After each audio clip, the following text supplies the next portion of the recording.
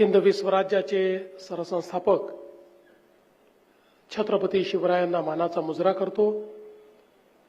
भारतीय राज्यघटनेचे शिल्पकार भारतरत्न डॉक्टर बाबासाहेब आंबेडकर यांना मानवंदना अर्पित करतो,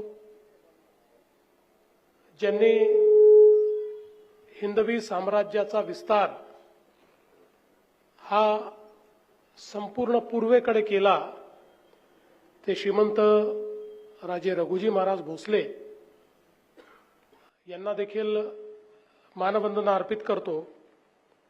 आणि आज राजरत्न पुरस्काराच्या या सोहळ्यामध्ये आपल्या सर्वांना आशीर्वाद देण्याकरता उपस्थित झालेले, ज्यांनी आपल्या परिसस्पर्शाने अनेक लोकांचं जीवन हे बदलून टाकलं, अनेकांच्या जीवनामध्ये सन्मार्ग निर्माण केला, ते परमपूजनीय गुरुमाऊली अण्णासाहेब मोरे।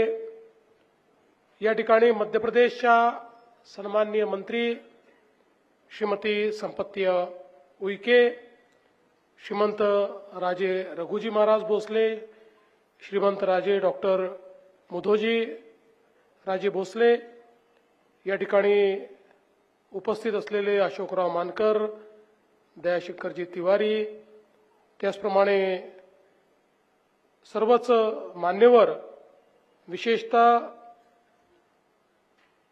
ज्यांना आपण पुरस्कार दिला असे पुरस्कार्थी श्री विजय साळवीजी, विजयाताई बारोतकर, सागर कांबळे, संगीता राऊत, विजय शुक्ला, संदीप शिंदे, मधुरा मेहर, कृषा सोनी, शांतती जाधव आणि उपस्थित सर्व भगिनी आणि बंधूंनो,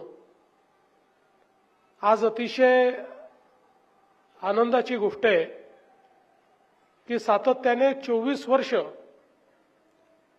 महाराजा ऑफ नागपूर ट्रस्टच्या माध्यमातून राजरत्न पुरस्कार सोहळा हा आयोजित केला जातो। खरं म्हणजे आपल्या देशात ही परंपरा नेहमीच राहिली आहे की त्या काळच्या राजघराण्यांनी समाजातले जे रत्न आहेत ते रत्न निवडायचे आणि त्या रत्नांचा सत्कार करायचा। आपण नेहमी असं म्हणतो की जोपर्यंत एखाद्या गोष्टीला राजाश्रय मिळत नाही तोपर्यंत ती गोष्ट मोठी होत नाही। हा जो काही राजाश्रय शब्द आलेला आहे तो राजांनी एखाद्या गोष्टीला एक्नॉलेज करणं या माध्यमातून आलेला शब्द आहे।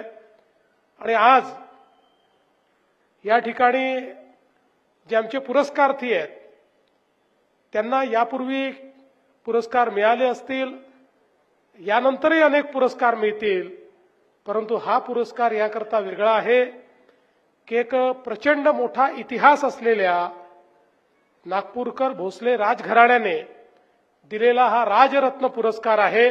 एक प्रकारे राजांनी उमटवलेली मोहर ही आता तुमच्या कार्यावर उमटलेली आहे आणि म्हणून तुमचं सर्वांचं मी अतिशय मनापासून अभिनंदन करतो। आपल्याला कल्पना आहे की श्रीमंत राजे रघुजी भोसले यांनी छत्रपती शिवाजी महाराजांच्या हिंदवी स्वराज्याचा विस्तार हा पूर्वेकडे मोठ्या प्रमाणात केला।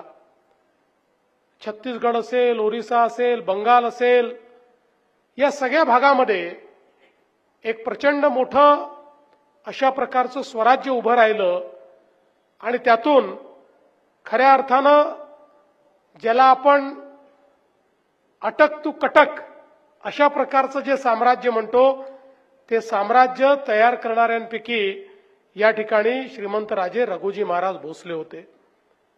आपल्याला कल्पना आहे की त्यांनी अनेक स्वाऱ्या केल्या, अनेक महत्वाची युद्ध जिंकली आणि आजही आपण ज्यावेळेस जगन्नाथाच्या मंदिरात जातो त्यावेळेस जगन्नाथाच्या मंदिराची बंद पडणारी प्रथा ज्यावेळेस मोगली साम्राज्याने त्याच्यावर मोठ्या प्रमाणात आक्रमण केलं, मंदिराचा नाश केला, परंपरा थांबवल्या. अशा परिस्थितीमध्ये त्या मंदिराचं पुनर्निर्माण होऊन तिथल्या सगळ्या प्रथा या पुन्हा सुरू झाल्या पाहिजेत. याकरता जर कोणी काम केलं असेल तर ते श्रीमंत राजे रघुजी महाराजांनी केलं. आणि म्हणून आजही आपण जर त्या ठिकाणी गेलो आणि नागपूरहून आलोय असं सांगितलं तर तिथले सगळे जुने जाणते लोक हे अत्यंत आदराने आपल्याकडे पाहतात. आणि आपण जर ओरिसाचं स्टेट म्युझियम बघितलं तर त्या स्टेट म्युझियममध्ये आपल्या नागपूरकर भोसले घराण्यातले अनेक आठवणी या आपल्याला पाहायला मिळतात. बंगालमध्ये देखील अशाच प्रकारचा पराक्रम त्यांनी गाजवला, छत्तीसगडमध्ये तोच पराक्रम गाजवला आणि एक प्रकारे उत्तम अशा प्रकारचं प्रशासकीय राज्य हे त्या ठिकाणी निर्माण करण्याचं कार्य त्यांनी केलं. आणि आमच्या नागपूरकर भोसले घराण्याने ज्या प्रकारे या नागपूरला एक सुनियोजित शहर म्हणून विकसित केलं. सुरुवातीच्या काळामध्ये आमच्या गोंड राजांनी या नागपूरला शहराचं रूप दिलं आणि त्यानंतर आमच्या नागपूरकर भोसले घराण्यांनी या नागपूर शहरामध्ये अनेक महत्वाची जी स्थळं आहेत, उद्यानं आहेत, तलाव आहेत, अशा अनेक गोष्टी या ठिकाणी तयार करून खऱ्या अर्थानं या नागपूरला एक शहराचा दर्जा मिळवून दिला. आणि म्हणून एक दैदिप्यमान अशा प्रकारचा इतिहास ज्या घराण्याचा आहे त्या घराण्याची परंपरा ही पुढे चालत राहिली पाहिजे. आणि याच दृष्टीनं रघुवीरजी राजे आणि डॉक्टर मुधोजी राजे यांनी ही परंपरा महाराजा ऑफ नागपूर ट्रस्टच्या माध्यमातून या ठिकाणी सुरू ठेवली आहे. आणि या पुरस्काराच्या माध्यमातून अतिशय चांगल्या पद्धतीनं समाजातले उत्तम लोक या ठिकाणी निवडण्याचं काम केलंय. विजय साळवी यांचं भाषण आपण ऐकलं, त्यांना आपण नेहमीच पाहतो. ते पत्रकार आहेत, क्रीडा या विषयात आपण सगळे जाणतो की एक प्रकारचे एक्सपर्ट आहेत आणि उत्तम समालोचक देखील आहेत. त्यांच्या तोंडून क्रीडा प्रकाराच्या संदर्भात ऐकणं किंवा एखाद्या खेळाच्या संदर्भात त्यांनी समालोचन करणं मला असं वाटतं की एक पर्वणी असते. आणि एक प्रदीर्घ अनुभव क्रीडा क्षेत्रातला जो त्यांचा आहे त्याबद्दल त्यांना हा अतिशय महत्वाचा सन्मान मिळाला. मी त्यांचं मनापासून अभिनंदन करतो. आणि क्रीडा क्षेत्राकरता त्यांनी ज्या अपेक्षा व्यक्त केल्या आहेत त्या अपेक्षा आपण निश्चितपणे पूर्ण करू. विजयाताईंना देखील साहित्य आणि इतिहासाच्या क्षेत्रातलं एक अतिशय महत्वाचा पुरस्कार मिळालाय. सागरला त्यांनी खऱ्या अर्थानं जे काही नाव आपल्याला मिळवून दिलं आणि महाराष्ट्राचं नाव जे उंच केलं त्याबद्दल त्यांना मिळालेला हा पुरस्कार असेल. संगीताताईंना गायनाच्या क्षेत्रातला मिळालेला पुरस्कार असेल. आमच्या विजयला तर या ठिकाणी इतके वर्ष आम्ही पाहतो आणि कितीही गंभीर परिस्थिती असली तरी हा तिथे असतो आणि त्याचं सगळं छायाचित्रण करून आपल्यापर्यंत पोहोचवण्याचं काम हा सातत्याने करत असतो. संदीप शिंदेची फिल्म आपण सगळ्यांनी बघितली आणि मला असं वाटतं की आपण नेहमी सांगतो जे का रंजले गांजले त्यांची म्हणे जो आपुले तोची साधू ओळखावा देव तेथेची जाणावा. ही जी काही म्हण आहे, ही जी उक्ती आहे जी तुकाराम महाराजांनी आणि नंतर तुकडोजी महाराजांनी देखील आपल्याला वारंवार सांगितली ती खऱ्या अर्थानं वास्तविकतेत आणण्याचं काम हे संदीपच्या माध्यमातून त्यांच्या पत्नींच्या माध्यमातून या ठिकाणी होतं. आणि खरोखर ज्यांचं कोणी नाही अशा लोकांना ज्यांच्या म्हणजे जे थोडे मेंटली चॅलेंज झाले आहेत अशा प्रकारच्या लोकांना त्या ठिकाणी आणायचं, त्यांची सगळी सेवा शुश्रूषा करायची आणि त्या माध्यमातून त्यांची सेवा करायची.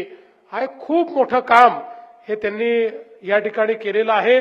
मानवतेचं हे जे कार्य ते करतायत त्याबद्दल त्यांना मी मनापासून शुभेच्छा देतो. आणि खऱ्या अर्थानं हा राजरत्न पुरस्कार त्यांना मिळाला याबद्दल मला अतिशय आनंद आहे. मधुरा आणि कृषा या दोघींनाही मी अतिशय मनापासून शुभेच्छा देतो. दोघी लहान आहेत, अजून 18 वर्षाच्या आतल्या आहेत आणि एक खूप मोठं भविष्य यांच्यामध्ये मी बघतोय. मला विश्वास आहे की आपल्या महाराष्ट्राचं आणि देशाचं नाव या दोघी जणी खूप मोठं करतील आणि निश्चितपणे अनेक पुरस्कार आणि अनेक मेडल्स त्या मिळवतील हा मला विश्वास आहे. शांतती जाधव हिचा आपण सत्कार केला. आता पैकी मार्क मिळतातच कसे हे आपल्यासारख्या ज्यांना म्हणजे 60% मार्क मिळाल्यानंतर जग ठेंगणं झाल्यासारखं वाटायचं अशा माणसाला त्या ठिकाणी इतके मार्क मिळाल्यानंतर खरोखर कौतुक किती करावं आणि किती नाही असं वाटतं. आणि त्याहीपेक्षा घरी इतकी मोठी घटना झाल्यानंतरही विचलित न होता आपल्या ध्येयाकडे अभ्यास करून 500 पैकी 500 मार्क मिळवणं खरं म्हणजे मला असं वाटतं की ही जी आजची पिढी आहे या पिढीमध्ये या ठिकाणी पहिले येण्याची कॉम्पिटिशन नाहीच आहे. कारण 95 पासून 100 मध्ये इतके लोक आपल्याला पाहायला मिळतात, इतके मुलं मुली पाहायला मिळतात. एवढं ज्ञान, एवढा अभ्यास, एवढा व्यासंग हा त्यांच्यामध्ये पाहायला मिळतो. आणि यांच्याकडे बघितलं म्हणजे या ठिकाणी मधुरा असेल, क्रिशा असेल, शांतती असेल, यांच्याकडे बघितल्यानंतर आपलं भविष्य उज्ज्वल आहे हे निश्चितपणे आपल्या सर्वांना जाणवतं. आणि म्हणून मी तिलाही अतिशय मनापासून शुभेच्छा देतो आणि तिने जीवनामध्ये जे काही ठरवलं आहे ते तिच्या हातून घडो अशी अपेक्षा देखील व्यक्त करतो. आज हा अतिशय चांगला कार्यक्रम या ठिकाणी झाला. खरं म्हणजे माऊलींना ट्रेन देखील पकडायची आहे आणि म्हणून मी पुन्हा एकदा सर्वांना मनापासून शुभेच्छा देतो. माऊलींचा आशीर्वाद प्राप्त झाला त्याबद्दल त्यांचे आभार मानतो.